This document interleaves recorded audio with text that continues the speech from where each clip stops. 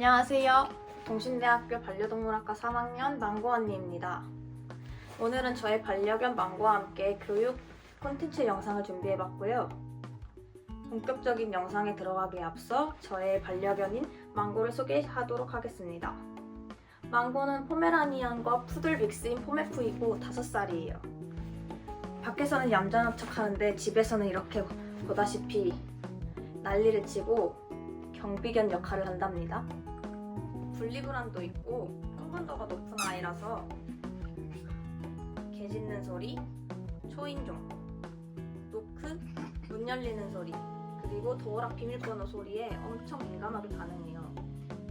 그럴 때마다 짖음이 아주 심하답니다. 사실 망고는 생후 6개월까지 짖는 소리를 한 번도 내지 않았던 강아지예요. 그런데 제가 바빠지면서 유치원을 한 번 보냈는데 거기서 개 짖는 소리를 배워왔는지 그 이후로부터 외부 소리, 개 짖는 소리가 나면은 아주 민감하게 반응하고 짖기 시작하였습니다. 지금은 특정 소리만 들어도 자동으로 짖는 습관이 생겨서 이번 영상에서는 그 행동을 없애고자 교육 과정을 직접 보여드리도록 하겠습니다. 강아지의 다양한 짖음 유형과 그 특징들은 가끔도 친구가 설명해줄 예정이니 꼭 끝까지 함께 시청해주세요. 강아지가 짖는 이유 생각보다 정말 다양해요. 대표적인 유형들을 정리해보면 이렇게 나뉘어요. 먼저 요구성 짖음. 간식 줘, 놀아줘 하면서 원하는 걸 얻기 위해 계속 짖는 거예요. 특히 평소에 보호자가 반응해준 적이 있다면 더 쉽게 습관이 돼요.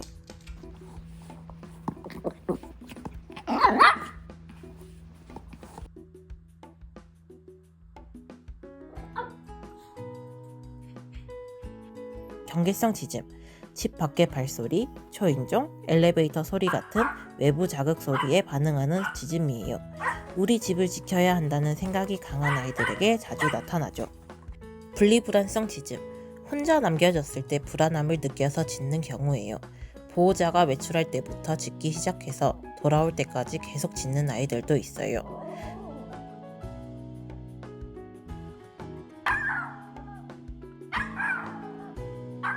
다음은 특정 소리 반응 짖음인데요.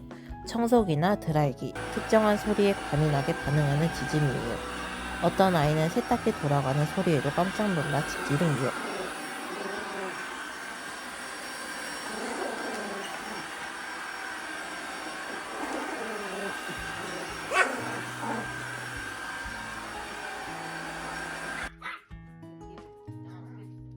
마지막으로 헛짖음도 있어요. 보호자는 아무것도 못 봤는데 강아지가 허공을 향해 짖는 경우도 예민하거나 불안이 많은 아이들에게서 종종 나타나요. 이렇게 강아지의 짖음에는 각각 다 다른 이유가 있고 짖는 것 자체가 문제는 아니에요. 하지만 특정 상황에서 반복되거나 너무 자주 짖게 되면 보호자도 힘들고 이웃에게 피해가 갈 수도 있어요. 특히 아파트나 빌라처럼 이웃과 가까운 주거 환경에서는 민원으로 이어지는 경우도 많아요. 그래서 내 강아지가 어떤 이유로 짖는지를 먼저 파악하고 그에 맞는 교육을 해주는 게 정말 중요합니다.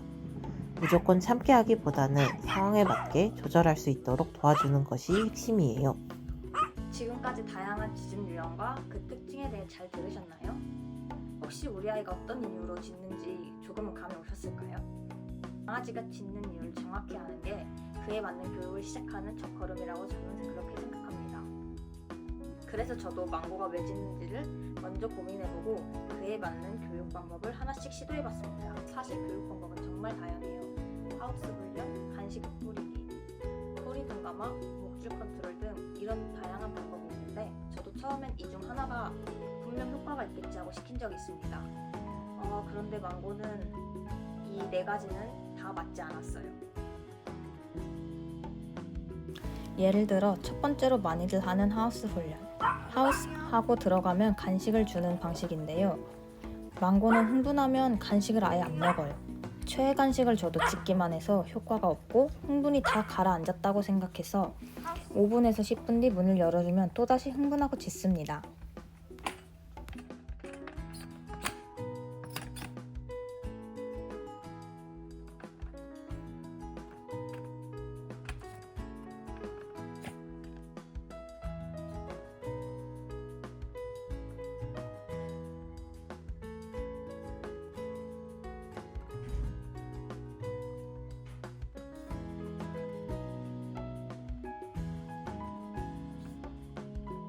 그래서 두 번째로 목줄 컨트롤을 해봤어요.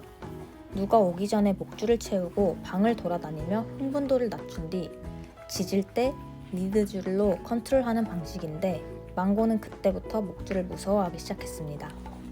교육이 되기는커녕 목줄만 봐도 도망치는 아이가 돼버렸습니다. 그 다음 시도한 건 간식 뿌리기였어요.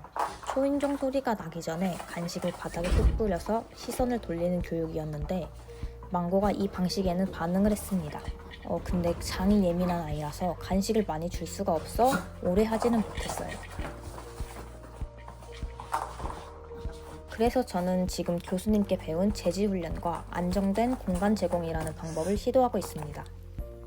이 공간은 강아지에게 지금은 보호자인 내가 상황을 잘 알고 있고 통제하고 있으니까 너는 걱정하지 말고 조용히 쉬어도 괜찮아 라는 신호를 주는 공간이에요.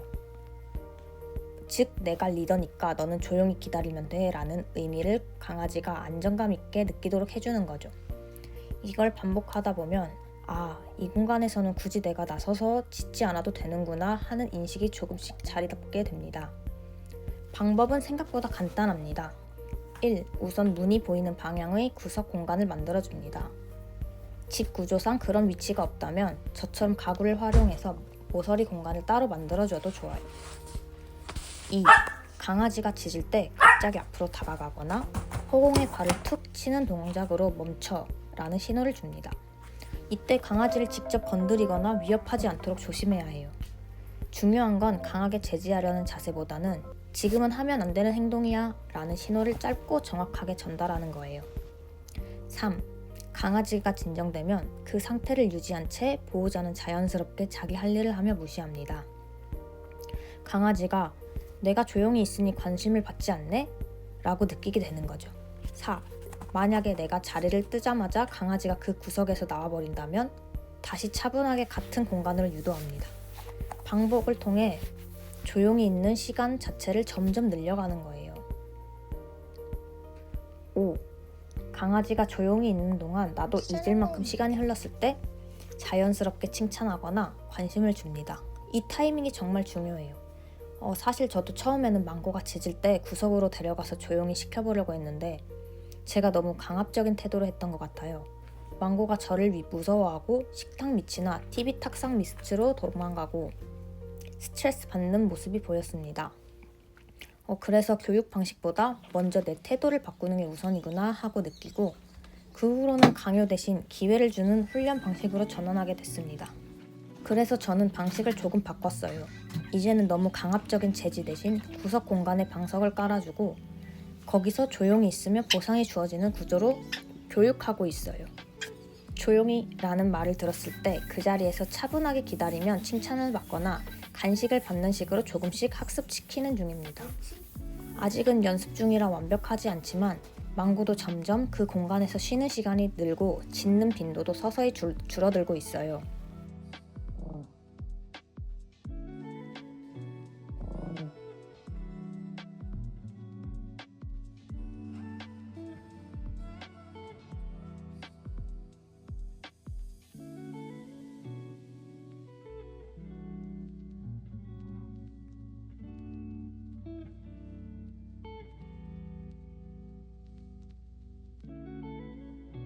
저는 이렇게 망고와 함께 외부 소리에 민감한 강아지의 짖음 행동을 교정하는 과정을 설명해드렸습니다. 아직 저는 학생이라서 많이 부족하고 이 영상이 큰 도움이 될지는 모르겠어요. 하지만 반려견 교육에 대해 배우고 있는 입장으로서 저와 같은 고민을 가지신 분들께 조금이나마 도움이 되고자 합니다. 강아지 교육은 한 번에 되는 게 아니고 보호자와의 꾸준한 연습과 이해가 정말 중요합니다. 하지만 반려견 교육에 대해 배우고 있는 입장으로서 저와 같은 고민을 가지고 있으신 분들께 도움이 되었으면 좋겠고요. 강아지 교육은 한 번에 되는 게 아니니 보호자와의 꾸준한 연습과 이해가 정말 중요합니다. 무엇보다도 우리 아이에게 맞는 방법을 찾아가는 과정 절대 포기하지 마세요. 영상이 도움이 되셨다면 좋아요 부탁드리고 궁금한 점이나 강아지 짖음 고민이 있으신 분들은 댓글로 자유롭게 남겨주세요. 봐주셔서 감사합니다.